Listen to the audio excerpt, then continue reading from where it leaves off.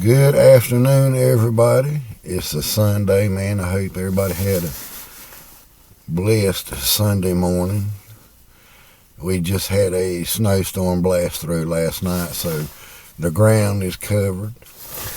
I'm out here warming up all the vehicles and getting the snow off and putting the salt on the porch and the steps. And the dogs were having a treat, man. They love it. Folks are running up and down the road with their side-by-sides. I guess it's a good time to run them if you want them. As long as they be careful, and everybody out there, if you have to get out, be careful in this snow. So I was thinking about earlier the topic of the video, the healing power of laughter. I learned that from my mother years ago. There's nothing like laughing and cutting up and having a good old time and just being in that moment, And I found out a day ago that is it Lamont Williams? Anyway, he played Lamont on Sanford and Son, if I got his name correct. And oh my gosh, one of the good old time television shows. And people my age, 50 and above, would remember those shows. Oh my gosh. And it was such a simpler time. We didn't have social media and cell phones, and most of us didn't have cable.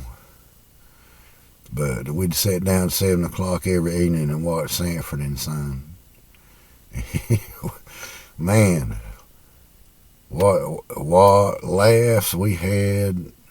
Seemed like the character Fred and Lamont just clicked, and it gave everybody a visual of what it was like to be a young black man out there trying to hustle and run a business and make a dollar. And all of us young folks, we could relate to Lamont in some type of way, because he's the son and he's trying to make the father proud. And the father, he's an old wise fella stuck in his ways, but he knows how to conduct business and he knows how to hustle. And that comedy team mixed with Aunt Esther, oh my gosh. Such memories, man, I think. One of my favorite episodes right off the top of my head.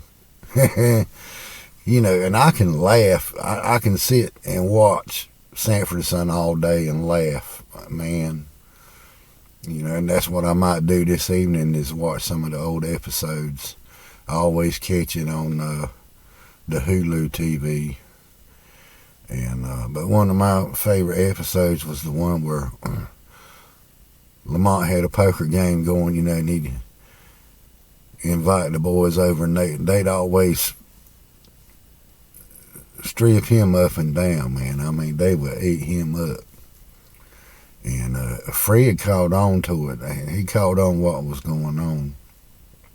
So one night they had the card game, and Fred said, "Lamont, if you don't mind, I'd like to watch you, So he'd stand behind Lamont and kept saying, don't play that.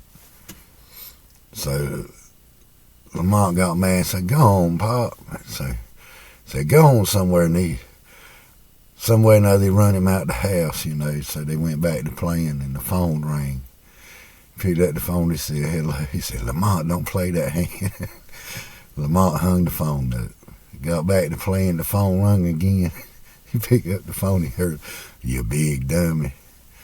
And they cleaned his clock that night, baby. So Fred decided he had that idea. He said, I'm gonna play them boys in poker. So he played like he didn't know nothing about poker, and he never played before. And boy, he got them guys at the table. Boy, darn if he didn't clear them out, man. Had their hats, their necklaces, all their jewelry, their watches, the whole nine. I mean, just funny, man.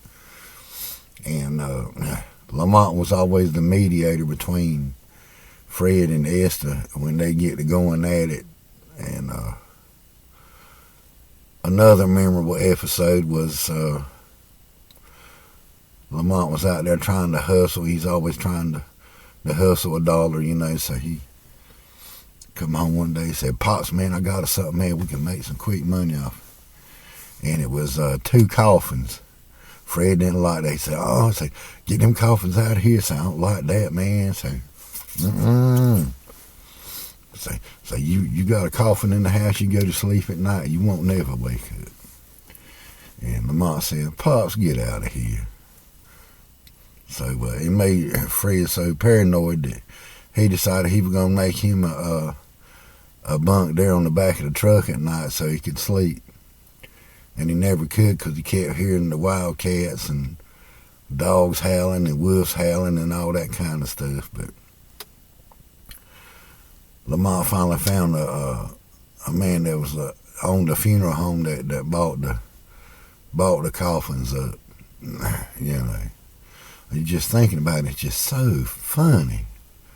And Fred had Bubba talking about the episode where he had the Blind Melon Jellin records, and he sold them off to a museum, and he wanted to get them back, so he had Bubba talking about, "I want my daddy's records. I want my daddy's records."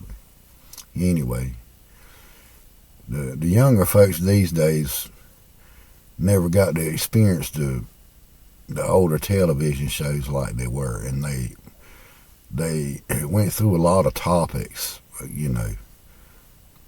a lot of things that today would be considered, too far overboard or just too catchy. What's the word? Controversy. It would stir controversy because they would say the N-word, the honky word, the whole nine, and they would use it, for the comedy and for reality. But nobody's really offended back then because, see, that's just the way it was, man. Nowadays, man, everything is, and I understand that we had to move along with the time, but that I really thought when they said Lamont passed away, I really went into deep thought, because that was, as a youngster, that was my pastime. Every evening at 7 o'clock, Sanford and Son would come on, Sanford and Son, the Jeffersons, and Good Times. That was the shows back then, and it was funny, man. You gave people an eye to the black culture, if you will, and it's not so far away from what we grew up as. Everybody got along, and it was funny, but it was a truthful insight to the culture that's missing nowadays. Everything's separate nowadays.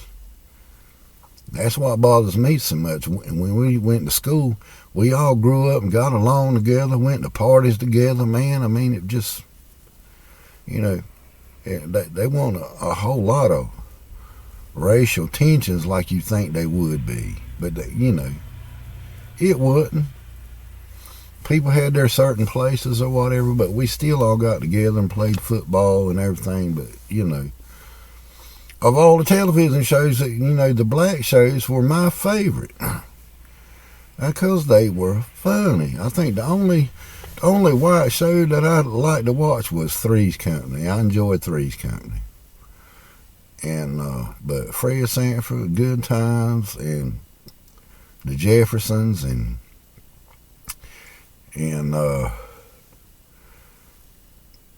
Different Strokes, and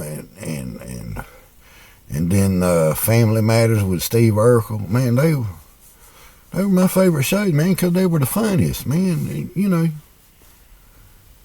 But thinking about that, man,